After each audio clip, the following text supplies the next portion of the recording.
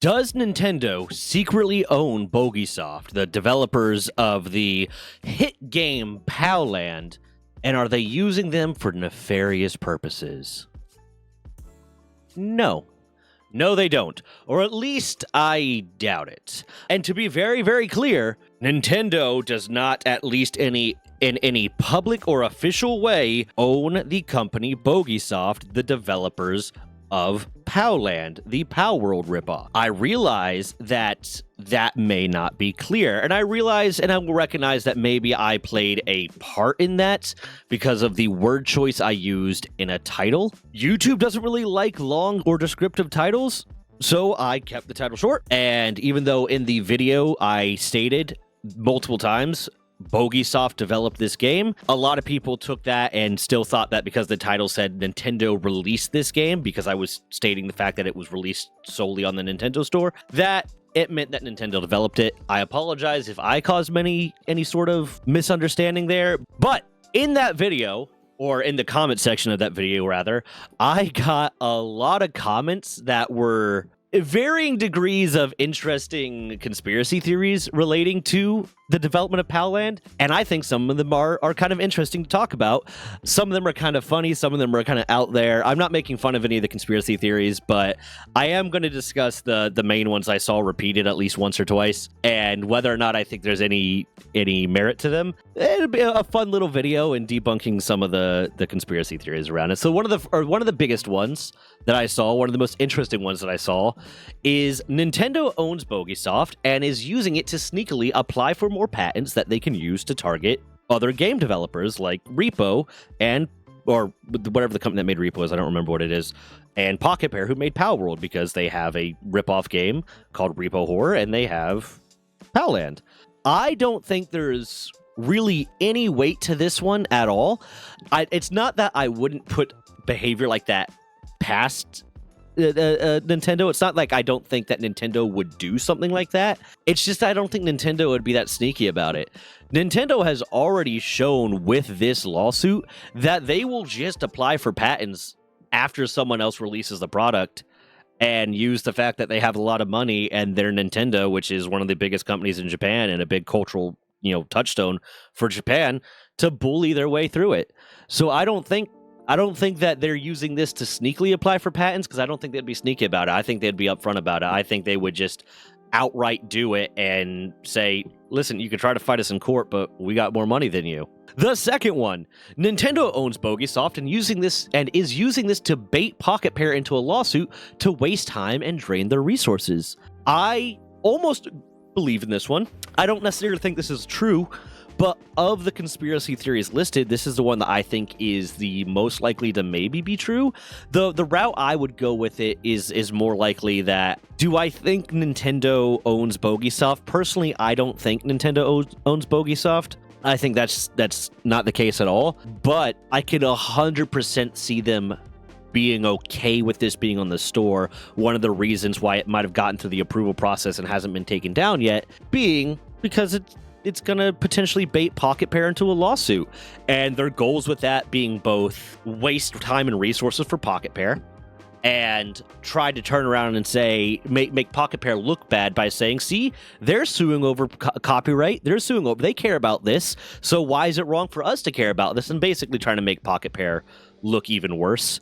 Or even worse isn't the right way. I don't think Pocket Pair looks bad to anyone with half a brain. But in an attempt to make Pocket Pair look worse. I don't think they made the game. I don't think they own Bogeysoft, but I do think I would not be surprised. I don't necessarily believe it, but I would not be surprised if one of the reasons they are okay with it being on their store is because it might potentially bait Pocket Pair into a lawsuit. One of the ones I just outright am going to say no. I will stand by right now and put money on the fact that this one is not true, but I can see where it's coming from. But I really think it's not true. I can see why someone might think this, but I really think it's not true. The lawsuit against Pocket Pair was because Nintendo was making Palland. No, listen, Nintendo doesn't make really high quality games as much as they used to. They have been, shoveling out trash repeatedly for a very long time. But I think even Palland is below their standards. And I don't think they would be bothering with a lawsuit over a game at the quality of Palland. And also, Palland is listed at $10, not your firstborn son and your left arm. So I really doubt that it's a Nintendo game. That is the biggest evidence that Nintendo does not own Bogeysoft, is the fact that it's very reasonably priced. So I'm gonna go ahead and say that one is not true. Pocket Pair owns Bogeysoft and is using this so they can go to court to make Nintendo look bad and say, see, they allowed this one. I part of me almost wants to believe it. Just because, like, how kind of petty that Pocket Pair can be with this. Like, the fact that, and I have another video, I don't know if it's going to be released before this one. I either have another video that has been released or is going to be released soon that is about the fact that Pocket Pair, along with another company, just bought up a bunch of shares of a trading card company in Japan, a company that makes trading card games. And I can only believe that, like, I get that they're expanding their IP and they're doing all this different stuff to make themselves a bigger company and a bigger IP. But I also 100% believe that that's just another little slap in the face of Nintendo. Like, see, we could do it too. Do something about it. You'll have to go up against Wizards of the Coast too. Have fun with that, buddy. The notoriously litigious Wizards of the Coast. The people who made Magic the Gathering, if you don't know. I don't think it's true. I don't think it's true because if it got, it'd be incredibly risky. If it got traced back to Pocket Pair, which wouldn't necessarily be hard to do, especially for like a legal team. If it got traced back to Pocket Pair, it would completely devastate their defense in the lawsuit here, because it would really make them look incredibly bad in the eyes of the court. So I really doubt that one's true, but I do love it.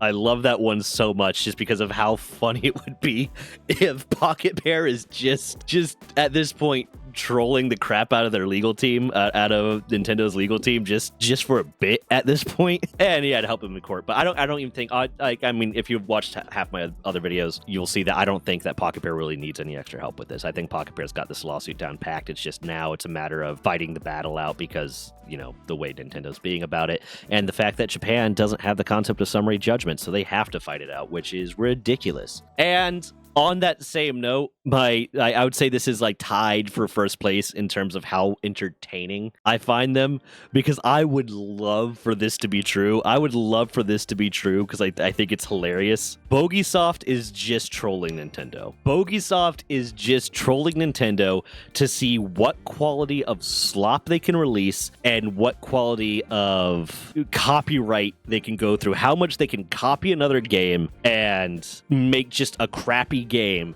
and still get it approved for the Nintendo eShop. And I can believe that. Because they're not even charging a lot for these games. So with the fact that Nintendo is going to take the lion's share of that, I don't know how much percentage Nintendo takes, but I know they take a large percentage, and not a lot of people are going to buy these games to begin with. I can 100% see this just being a low effort attempt to troll Nintendo, because someone said, listen, I'm gonna use, you know, asset flip and potentially AI generated content and this and that, and just see what I can get past Nintendo's eShop, because yeah, I think it's funny. And the internet is what the internet is, and I can 100% see that being true. This one might be one of the ones that I believe potentially true. It's not like I necessarily believe it's true, but if it were true, I would not be surprised at all, and I would probably just laugh for a day straight. And it could also be not just because they think it's funny, it could also be because they're trying to get Nintendo in trouble. I think that one's a little bit funny. But the final conspiracy theory that I have seen thrown around so many times, just everywhere you go when you talk about Palworld, is that Nintendo is fine with Palland, but not Palworld, because Palworld is an actually well-made game that has a loose connection to Pokemon, and they fear it is competition, despite the fact that they have two completely different play styles targeting different audiences. I think that's just the truth, guys. I think that's just the truth. I'm not even going to call that a conspiracy theory. I think that's just the truth. Yeah. A+ to that one. But that's it. I saw these conspiracy theories in my comments, and some of them had a good basis for them. Some of them were kind of like, I can see it if you squint at it, but they're entertaining. I thought I'd share them. I thought I'd, give my thoughts on some of them. But yeah, if you've reached it to this point, leave a like, leave a comment, subscribe, all the stuff that I'm supposed to tell you to do as a content creator. Every bit of engagement you give helps. It helps the video get seen more. It helps the video do better. And with that, over here, membership stuff. We're trying to do more where we actually release stuff early for the members. We're trying to do member-only content. I keep saying this, but I feel so weird trying to make content and say, oh, no, only the members get this. It feels weird to me, but also like I want to be able to reward the people that are members because they're helping out in a very, very direct way. But it just feels weird. But we're trying to do more stuff for them. I'm going to have like members only polls and stuff like that for them too. But the big thing with signing up for the memberships is 100% of the money that is gained from memberships will go directly to my editor. Right now we have it. He's getting paid off the ad rev split, off the memberships, and 100% of it will go to my editor Mammoth until it gets to the point where I can hire him on full time between the ad rev split and the memberships. At which point some of the memberships will go to me and some of the memberships will go into either projects that require me to invest money or to hiring more people and paying more people, either freelance or permanent, to help me out with more content as I try to expand to do more stuff. And that means if it gets to that point where I can hire them on full time, that means I'm going to be able to continue working on other projects as well, put out a lot more content more consistently, and just, do things that might be harder for me to do without that. But with that, bye. I don't know, man. I don't know. I hate signing off. I don't know what to say.